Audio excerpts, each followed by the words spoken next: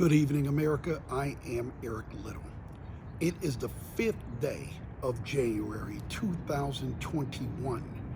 It is day 1447 of the Trump administration, leaving just 15 days, 2 weeks from tomorrow, till the inauguration of Joe Biden.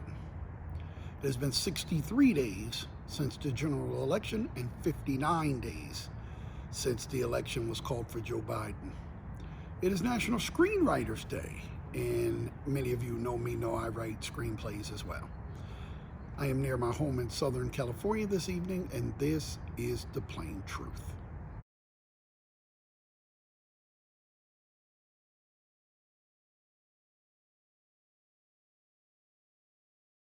So yesterday I said I was going to talk about the Georgia runoffs today, which I am. I just had to laugh first because I saw Mike Pence going to the White House amidst Trump trying to pressure him to do something in the Senate ratification tomorrow. I mean the congressional ratification of the election tomorrow. He wanted to do something. Like what? His role is ceremonial, but Trump people don't grasp this. His only job is when they open envelopes and they read them, him saying that, yes, this is correct. That's it. He opened an envelope, read the result. That's it. It's ceremonial. Let me try to give you a real world example. Imagine the Academy Awards. You're a presenter. You open the envelope for Best Picture is, and it's True Lies up against Speed. The envelope says Speed. You said, and the winner is, well, his envelope says Speed, but I'm giving the Academy Award to True Lies. It doesn't work like that. The Academy voted for Speed. That's it. Speed goes to the Academy Award. It doesn't matter what you say. You can make yourself look like an idiot doing that, but at the end of the day, the guy who made Speed is walking away with the trophy. That's what he's asking him to do. He's asking him to make a fool of himself for Trump, even though it's not going to change anything. So it remains to see if Mike Pence is going to make a fool of himself, because it's, constitutionally, the moment the Electoral College certified the election, Joe Biden was taken over January 20th. If Mike Pence wants to make a fool of himself, he can. Now, as far as these Georgia runoffs is concerned, well, it's only one state, and the other 49 states feel kind of helpless because there's nothing we can really do. If you don't reside in Georgia, you can't vote in this. So what's at stake? Well, it's actually fairly simple.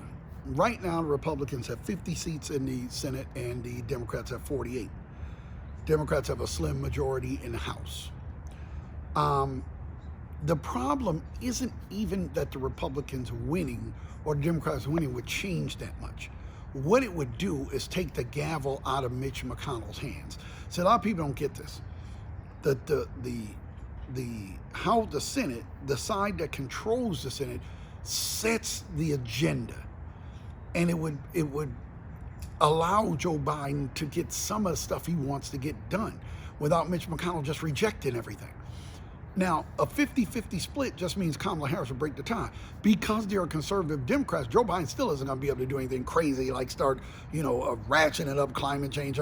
But it will allow him to do some of the basic stuff, like getting his nominees through. Some of the basic reversals of some of these ridiculous Trump policies, it allowed him to get through without having to deal with the Republicans. You can do some basic stuff with a simple majority that even the most conservative Democrat wouldn't stand in the way of, like Biden's cabinet picks. If you vote for Republicans, you voting to make Biden's cabinet picks struggle and take months and months to get through, wasting time that we should be using for COVID relief and different things.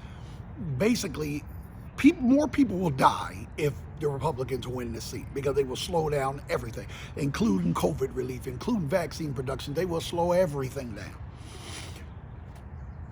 So that's what's at stake.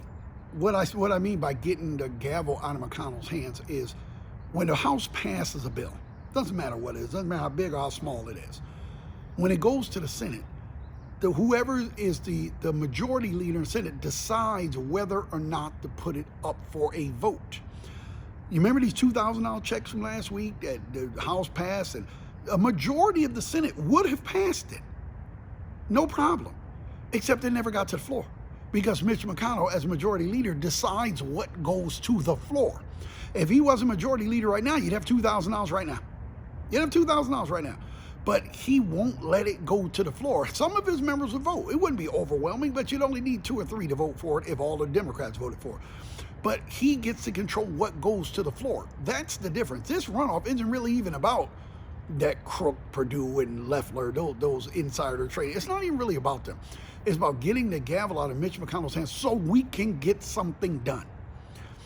You know, I looked at what they were talking about the ballots in November and how a lot of people that voted for Biden at the top voted Republicans down the line. I got to admit, I really don't understand this. Why do you want divided government? Divided government is not a good thing in this day and age because you're pretty much guaranteeing that nothing gets done. I'd have more respect for you if you just voted for all Democrats and let them have it for 6, 8 years to see what they can do, then vote all Republicans for 6, 8 years, see what they can do. You know, that would at least make more sense. You could get things passed. If you vote for a Democratic president and a Republican Senate, you're basically saying, I don't want anybody to do anything. Nothing. Just leave everything the way it is. That's basically what you're saying. Because anything that the Republicans want to do, the president isn't going to sign that. He's not going to sign to eliminate every abortion in all of America. He's not going to sign that. And anything the Democrats want to do to, raise the minimum wage, they're not going to agree to that. So you're basically saying you're perfectly happy with the way things are. Don't change a thing. No COVID relief is fine with you. The vaccinations at 1/10 the pace they're supposed to be, all that's fine with you. That's what you're saying if you're voting for a divided Congress, a divided government, because that's what happens. Everything is frozen and nobody does anything. So I can't imagine that in the position that we're in now with COVID and everything else, that you want nothing done. I mean, if nothing else, a slim majority will at least allow Biden to put the money out there and try to get the COVID thing going. In the divided Congress with Mitch McConnell having the ability to say no to everything, you're basically saying you're fine with the way things are. You're fine with wearing masks for another 4 years or whatever it is. Do you want these vaccinations or not? Do you want this relief or not?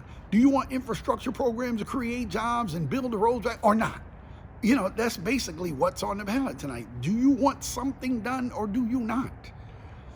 Whether you believe that fraudulently that Trump won this election or not, that's behind us now. He's not going to be president January 20th afternoon. That's it. That part is behind us. The question you have to ask now is, do you want something done or not? And that is the plain truth, as I see it. And I am Eric Little. Good night.